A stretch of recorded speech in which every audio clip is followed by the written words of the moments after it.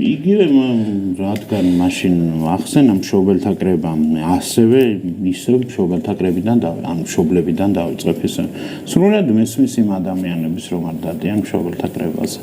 კიდევ მეორებ რომ არაფერი გიკითხოს იმისთვის.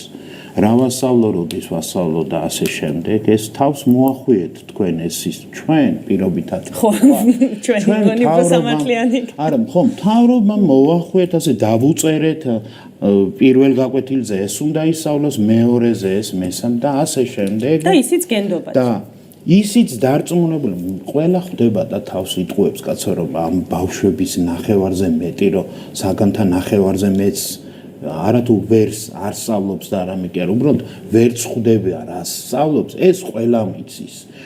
და ამაში იხარჯება ეს ფული, მათი ფული, ჩვენი ფული არ მოგწონს, მე კიდევ ვიწყებთ ახალი ფულის ხარჯვას, თითქოს უფრო უკეთესად გამოვა და შემდეგ ერთადერთი იმედი მართლა მაქვს ის რომ ბევრი ადამიანი, ბევრი მშობელი დასვამს შეკითხვას რომ რას ასწავლით მართლა, რას ასწავლით ჩემს შვილს. ან დასვამს იმ შეკითხვას რომ მაქვს თუ არა უფლება მე გადავწყვიტო რა ვასწავლო ჩემს შვილს. და თუ არ მინდა ან არ მომეწონება რაღაცა ის შემოთავაზებული, უარის თქმის უფლება მაქვს თუ არა.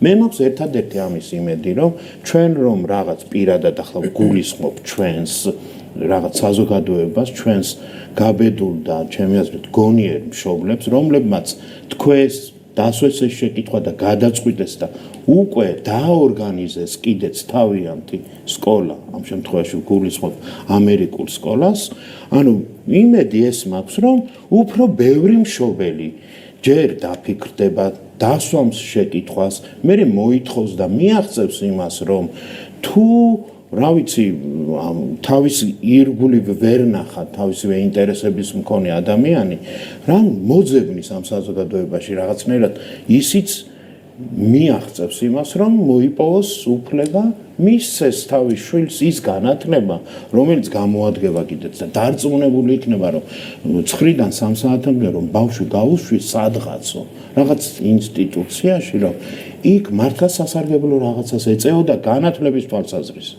თორემ იმას კი არა რომ დაუმეგობრდა და კი, მე კი არ ვამბობ, რომ სოციუმში ყოფნა ცუდია, მაგრამ რომ იცის რომ სკოლაში გაუშვა, მართლა რაღაცა სარგებელი მიიღო ცოდნის მიღების თვალსაზრისით, რაღაც შეიძინა იმ ბავშვმა და არა ის რომ ეს 100-ია საჭირო და მე 2 წელი რაღაცას ვასწავლი ამ ბავშვს რომ ის რაღაც ჯადოსნური ასევე გამოგონება ეროვნული გამოცდების სახით რომ როგორმე ჩააბაროს და უმაღლესში მოეწყოს ბავშვი, ხო? ანუ მე იმედი მაქვს რომ ბევრი მშობელი დაფიქრდება უკვე ამაზე და ამ შეკითხვებს დასვამს.